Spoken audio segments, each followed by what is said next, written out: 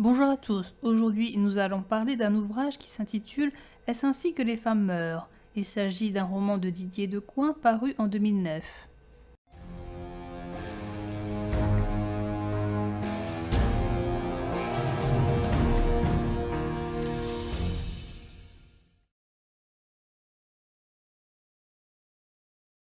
À New York, un homme achète une voiture, c'est une Corvair blanche. Il veut s'en servir pour pouvoir tuer des femmes. Toujours à New York vit Catherine Genovese, dit Kitty. Elle habite au 82-70 Austin Street dans le Queens, dans le quartier de Kew Gardens. Elle a 28 ans et elle est manager dans un bar de nuit nommé Lev 11 Hour Club. De son lieu de travail, elle aperçoit une Corvair blanche. Nous passons au récit de Nathan. Nathan rentre chez lui après le meurtre de Kitty. Il était au Nouveau-Mexique occupé à pêcher, tandis que sa femme, Gila, a passé quelques jours chez leur fille. Il habite l'immeuble appelé le Mowbray House, qui est en face de l'immeuble de Kitty. Il n'est pas au courant du meurtre qui s'est déroulé durant la nuit du 12 au 13 mars et il ne note rien d'anormal. La scène du crime a été lavée et le meurtre est à peine mentionné dans un journal. Cependant, une enquête importante est déployée dans le quartier.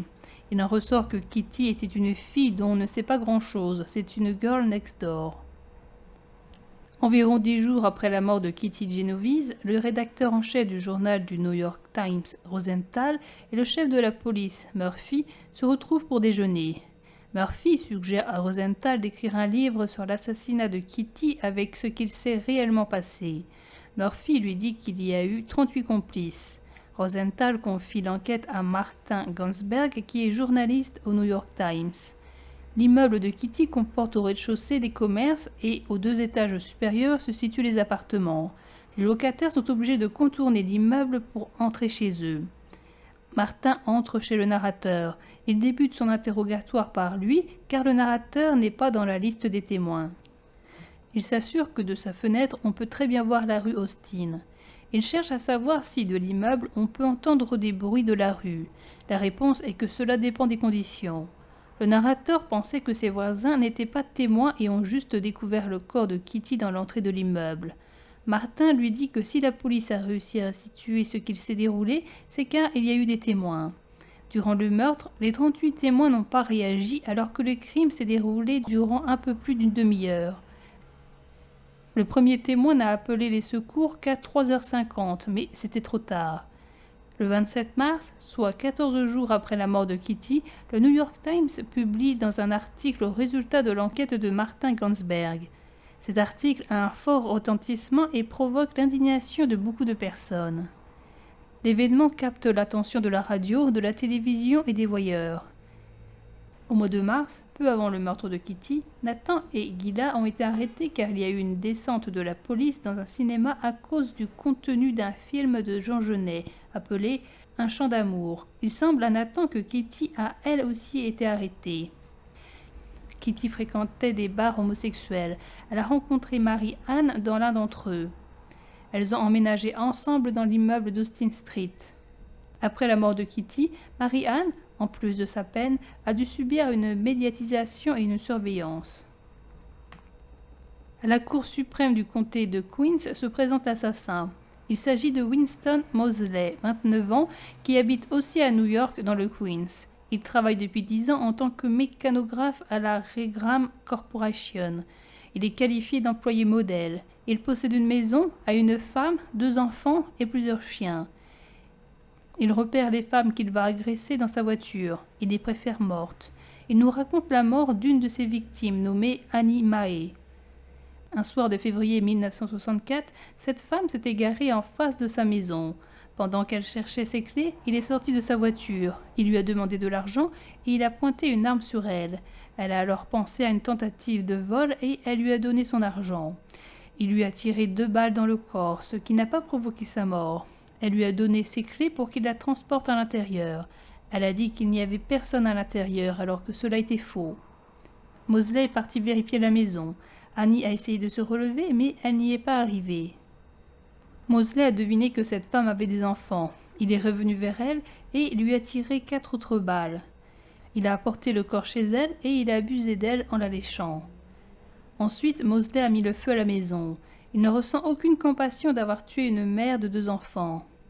Mosley dit être retourné au travail le lendemain comme si de rien n'était. Il ne ressent pas de remords.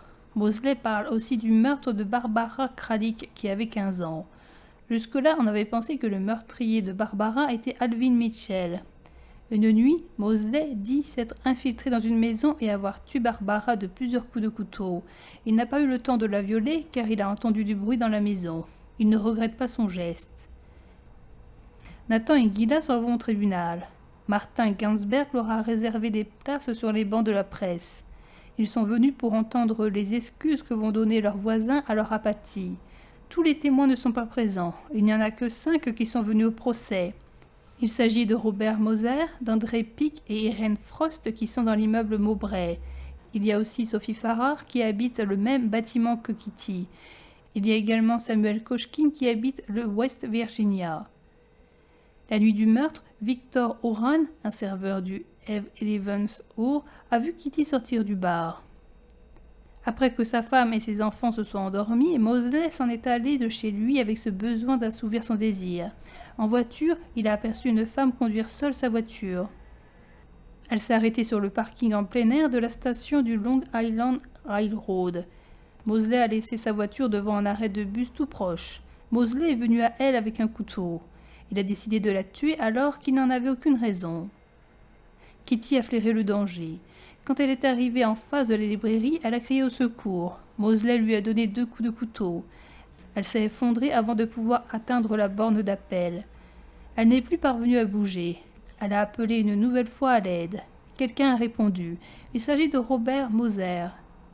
Il dit s'être levé après avoir entendu quelqu'un appeler à l'aide. Il a vu une fille à genoux devant la librairie avec un homme penché vers elle. Il a dit de laisser cette fille tranquille. Mosley a pris peur car cet homme l'avait remarqué et car des lumières de l'immeuble se sont allumées. Moser a vu l'homme s'enfuir vers la station de Long Island Railroad et la fille se remettre debout et tourner après le drugstore. Mosley a rejoint sa voiture. Il a remarqué que sa voiture a peut-être été vue par l'homme qui l'a apostrophé et que grâce à ce témoignage, la police aurait une chance de remonter jusqu'à lui. En manœuvrant pour garer sa voiture ailleurs, Mosley a revu Kitty qui a tourné au drugstore. Il a décidé d'achever sa victime. Elle a contourné l'immeuble pour atteindre l'entrée de son immeuble. André Pic a un appartement donnant sur la rue Austin. Elle a assisté à la première agression et à la fuite de 2 personnes. Cette femme a vu Mosley revenir, fouiller les environs et tourner derrière l'immeuble. André Pic a encore entendu quelqu'un crier à l'aide. Grâce aux traces de sang sur le sol, Mosley a retrouvé Kitty. Elle était à terre dans l'entrée de son immeuble. Mosley lui a donné 9 coups de couteau. Il lui a donné un coup de poignard à la gorge. Kitty, qui ne pouvait plus crier, gémissait. Mosley a entendu du bruit aux étages, mais il n'a vu personne. Mosley était persuadé qu'aucun habitant n'allait venir jusqu'à lui. Un témoin dit avoir pensé qu'il s'agissait d'une querelle d'amoureux. D'autres personnes pensaient qu'il s'agissait de jeunes qui chahutaient, ou encore d'une meute de chats. Un couple a assisté à la scène, mais la femme a interdit à son mari d'intervenir. Certains n'ont pas réagi car il faisait trop froid dehors. Un témoin a augmenté le son de la radio pour ne pas entendre les cris. Quand Kitty n'a pu bouger, Mosley l'a déshabillée. Car elle avait ses règles, il a tenté de lui enfoncer son couteau dans le vagin. Il a abusé d'elle. Avant de partir, il lui a pris ses affaires dont il en jettera la plupart un peu plus loin. En chemin, il a réveillé un automobiliste qui s'était endormi dans sa voiture. Mosley est rentré chez lui, n'a rien dit à personne et s'est endormi. Sophie Farrar et son bébé ont été réveillés par les cris de Kitty dès la première attaque. Mais, ne voyant rien dans la rue, elle s'est recouchée. Elle a reçu un coup de fil de Carl Ross qui a vu la seconde agression de Kitty. Après être rentré chez lui, il a téléphoné à sa petite amie pour lui demander ce qu'il devait faire. Elle lui a répondu de ne rien faire. Il a téléphoné ensuite à Sophie qui a appelé la police. Quand Sophie est descendue au rez-de-chaussée, Kitty était dans un état critique. La police et l'ambulance sont arrivées moins de 5 minutes après. Kitty est morte avant d'arriver aux urgences. Vers 4 heures du matin, les policiers ont prévenu Marie-Anne de la mort de sa colocataire. Elle a été conduite à l'hôpital pour reconnaître le corps. Après la mort de Kitty, beaucoup de personnes sont descendues de leur appartement et ont dit avoir été témoins du meurtre. Un père dit avoir appelé dès la première agression. Cependant, il a mis du temps avant d'avoir la police à l'autre bout du fil. Car il a vu Kitty et Mosley s'en aller chacun de leur côté, la police a classé l'affaire en tant que tentative d'agression sans suite. Les patrouilles qui n'étaient pourtant pas loin au moment de l'agression n'ont été averties qu'après le coup de fil de Sophie. 6 jours après le meurtre de Kitty, Raoul Cléry a vu un homme sortir de chez son voisin avec une télé. Quand il l'a apostrophé, cet homme, qui est Mosley, a répondu qu'il aidait cette famille. Le voisin s'est rendu chez des voisins et il a appelé la police car il s'est douté qu'il s'agissait d'un cambriolage. Raoul Cléry a débranché la batterie de la voiture de Mosley pour l'empêcher de partir. Les policiers sont parvenus à attraper Mosley. Ce dernier n'a pas mis longtemps avant d'avouer ses cambriolages et ce qu'il faisait à certaines femmes. Il avoue ses 3 meurtres. Mosley est déclaré coupable de meurtre au premier degré. Certains pensent que Mosley est schizophrène et qu'il ne mérite pas la peine de mort. D'autres, comme Frank Cassino, pensent que Mosley avait toute sa tête au moment du meurtre et qu'il mérite la peine de mort. Le juge Irwin Shapiro condamne Mosley à la peine de mort. Il est incarcéré à la prison de haute sécurité d'Akita dans l'État de New York. Mosley attend en prison durant 3 ans avant que son affaire vienne en appel. Il avouera dans un autre procès que ce n'est pas lui qui a tué Barbara Kralik. En appel, l'avocat de Mosley se sert de cette fausse auto-accusation de meurtre pour montrer que Mosley était en proie à la folie. Le docteur Frank Cassino pense toujours que Mosley avait toute sa tête au moment du meurtre. Le docteur Emil Winkler pense au contraire que Mosley était fou. La cour d'appel de l'État de New York fait en sorte que la peine de mort soit commuée en détention à perpétuité assortie d'une peine de sûreté de 20 ans. Mosley veut retrouver la liberté. Il s'insère un objet métallique dans le rectum pour être conduit à l'hôpital. Dans l'ambulance, il se bat avec le gardien et avec ses 2 gardes. Il parvient à sortir du véhicule et il veut se cacher dans une maison. Il trouve sa cachette dans un appartement de Buffalo. Un voisin remarque un homme dans l'appartement. Il appelle Marvin Snodgrass et sa femme Eileen, qui sont des amis de la famille qui vit dans cet appartement. Ils se rendent tous les 2 dans l'habitation pour voir de quoi il s'agit. Le couple Snodgrass est pris en otage, est violenté et séquestré par Mosley durant 48 heures. La femme sera violée plusieurs fois. Mosley finit par être localisé par le FBI et Neil Welch parvient à pousser Mosley à se rendre. Le 11 mars 2008, Mosley demande de nouveau la liberté conditionnelle. Il ne ressent toujours pas de remords pour ses actes. Sa demande est rejetée. Nathan et sa femme Gila voudraient apporter des fleurs sur la tombe de Kitty. Malheureusement, la famille de la jeune femme a fait en sorte que la tombe de Kitty ne soit pas connue. Gila demande à son mari s'il serait descendu s'il avait été dans l'immeuble cette nuit-là. 38 personnes ont été témoins du meurtre brutal de Catherine, dit Kitty Genovese, sur une période d'une demi-heure à New York en mars 1964. Au cours de cette période, aucun d'entre eux n'a répondu de manière significative à ces appels à l'aide. Ils n'ont même pas appelé la police. Journalistes, psychiatres, sociologues et autres se sont ensuite efforcés de comprendre l'inaction des témoins. Certains attribuent cet événement à l'apathie engendrée par la vie dans une grande ville. Ainsi, Rosenthal, en 1964, a écrit « L'indifférence envers son prochain et ses ennuis est un réflexe conditionné à la vie à New York comme dans d'autres grandes villes. » Les expériences ont rapidement suggéré que, contrairement à la théorie populaire, les gens, même ceux qui vivent dans les grandes villes, ne sont pas en général indifférents à la détresse des autres.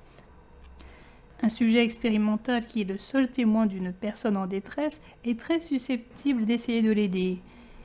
Mais à mesure que la taille du groupe de témoins augmente, il y a une baisse non seulement de la probabilité que l'un d'eux offre son aide, mais aussi de la probabilité qu'au moins un d'entre eux offre son aide.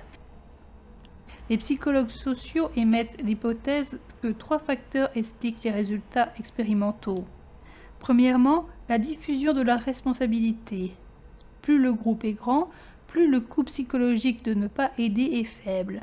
Deuxièmement, l'inhibition du public. Plus le groupe est grand, plus l'embarras subi par un assistant est grand au cas où l'événement s'avérerait être un événement dans lequel l'aide est inappropriée.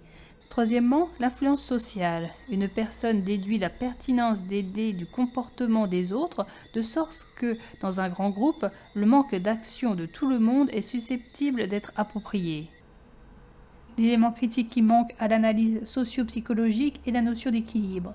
Qu'une personne donnée intervienne dépend de la probabilité qu'elle attribue à l'intervention d'une autre personne. Dans un équilibre, chaque personne doit être indifférente entre intervenir et ne pas intervenir. Et comme nous l'avons vu, cette condition conduit inexorablement à la conclusion qu'une augmentation de la taille du groupe réduit la probabilité qu'au moins une personne intervienne. Un crime est observé par un groupe de N personnes. Chaque personne souhaite que la police soit informée, mais préfère que quelqu'un d'autre passe l'appel. Concrètement, supposons que chaque personne attache la valeur V au fait que la police soit informée et supporte le coût C si elle passe l'appel, où V est strictement supérieur à C, qui est strictement supérieur à 0. Chaque personne obtient un gain est égal à 0 si personne n'appelle, y compris elle-même. Un gain V-C si elle appelle, indifféremment de ce que font les autres, et un gain V si au moins une personne appelle, mais la personne concernée ne le fait pas. Nous allons modéliser la situation comme un jeu stratégique avec des préférences à la von Neumann et Morgenstern. En ce qui concerne les joueurs, nous avons N personnes. Concernant les actions, il y a l'ensemble d'actions de chaque joueur qui est call ou don't call. Les préférences de chaque joueur sont représentées par la valeur attendue d'une fonction de gain qui attribue 0 au profil dans lequel personne n'appelle, V-C tout profil dans lequel elle appelle, et V à tout profil dans lequel au moins une personne appelle, mais elle-même ne le fait pas. Nous allons montrer que ce jeu n'a pas d'équilibre de Nash pur symétrique. Si tout le monde appelle, alors n'importe qui a intérêt à ne pas appeler, puisque V est strictement supérieur à V-C. Si personne n'appelle, alors n'importe qui a intérêt à passer l'appel, car V-C est strictement supérieur à 0.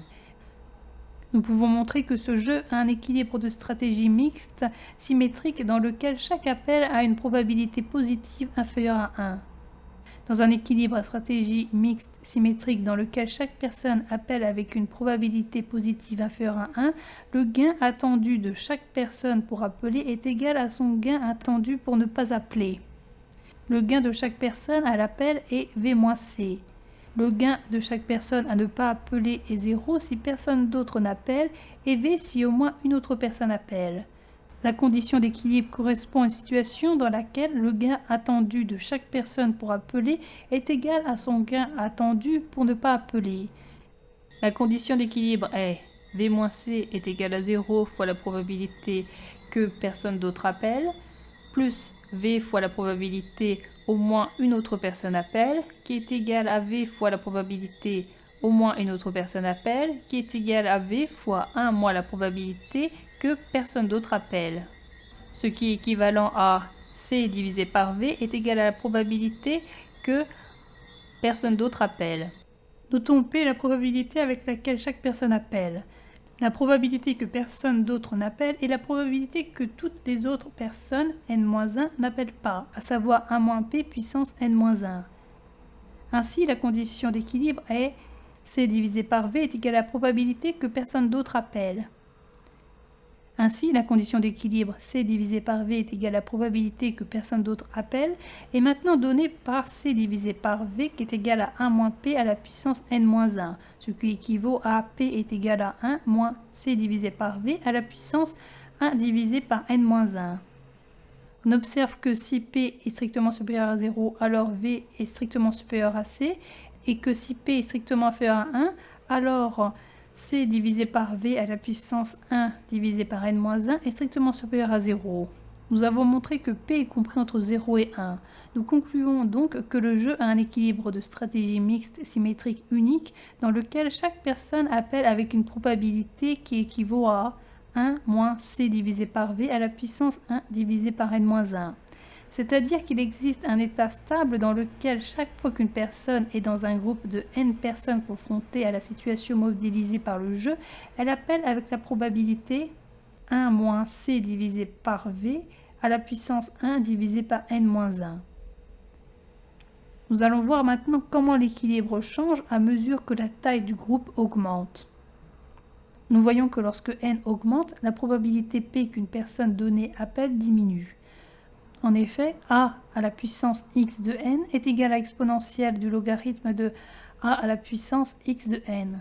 C'est égal à l'exponentielle de xn fois le logarithme de a, où A équivaut à C divisé par V et xn équivaut à 1 divisé par n-1. La dérivée de P sur la dérivée de n est égale à la dérivée de moins A à la puissance xn divisé par la dérivée de n.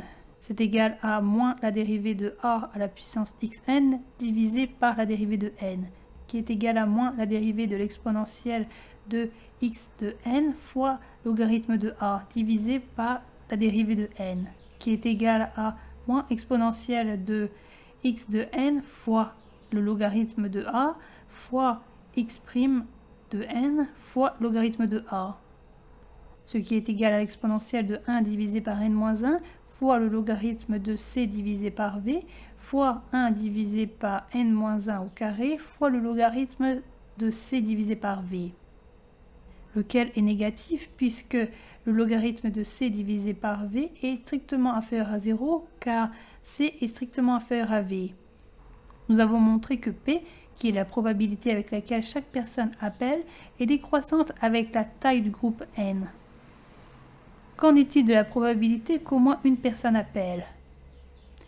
Prenez n'importe quel joueur I, alors l'événement « personne n'appelle » est le même que l'événement « je n'appelle pas et personne d'autre que moi n'appelle ». Donc, la probabilité que personne n'appelle est égale à la probabilité que I n'appelle pas fois la probabilité que personne d'autre appelle. Maintenant, la probabilité P qu'une personne donnée appelle diminue lorsque N augmente, ou de manière équivalente, la probabilité 1-P qu'elle n'appelle pas augmente lorsque N augmente.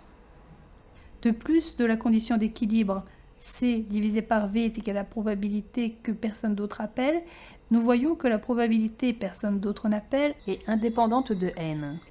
Nous concluons que la probabilité que personne n'appelle augmente lorsque N augmente, c'est-à-dire que plus le groupe est grand, moins la police est susceptible d'être informée du crime. Les 38 existent, dit Gansberg. C'est en tout cas le nombre de ceux qui ont assuré avoir, cette nuit-là, vu ou entendu quelque chose en rapport direct avec la mort de Kitty. Possible que quelques-uns aient raconté ça pour se rendre intéressant, auquel cas je veux bien admettre qu'ils n'étaient peut-être pas tout à fait 38. Mais possible aussi que certains qui disent n'avoir rien remarqué aient menti pour qu'on leur foute la paix. Et alors ils étaient peut-être beaucoup plus que 38 à rester douillettement chez eux, les bras croisés, près de leur téléphone qu'ils n'ont pas décroché. Quoi qu'il en soit, le procureur a préféré n'en faire venir à la barre que quelques-uns, le moins possible, car leur comportement a été si choquant qu'ils risqueraient de faire passer Mosley un peu moins odieux qu'il n'est. Ils ne seront d'ailleurs pas interrogés sur l'attitude qu'ils ont eue. Les questions qu'on leur posera auront pour seul but de convaincre les jurés que le tueur est bien Mosley.